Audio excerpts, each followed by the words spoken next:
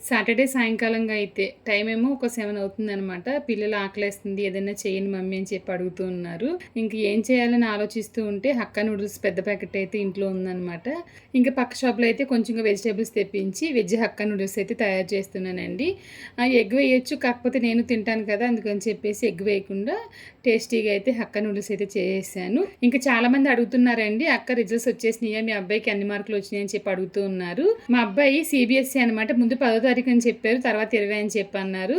ఇంక మేము కూడా 20వ తారీఖునే రిజల్ట్స్ అని చెప్పి అనుకున్నామనమాట. నేను ఈ నూడిల్స్ చేస్తున్నాను కదా! 12వ తారీఖు మధ్యాహ్నంగా అయితే స్కూల్ నుంచి ఫోన్ వచ్చింది. హిందీ మ్యామ్ ఫోన్ చేసి, "మ్యామ్ సాయి సూర్యకి ఎన్ని మార్కులు వచ్చినాయి హిందీలో" అని చెప్పి అడిగారు. "మ్యామ్ మాకు తెలీదు మ్యామ్ ఈరోజు" అని చెప్పి అనగానే, చూడండి అనగానే చూసామనమాట. లక్కీగా మా అబ్బాయి అయితే పాస్ అయిపోయాడు. నాకైతే చివరి వరకు డౌట్ ఉంటూనే ఉంది హిందీ ఫెయిల్ అయిపోతాడేమో అని చెప్పేసి. ఎందుకంటే హిందీ కోసం చాలా కష్టపడ్డాడండి. 5 సబ్జెక్టులోనూ మంచి మార్కులు తీసుకుని 78% అయితే తీసుకున్నాడండి.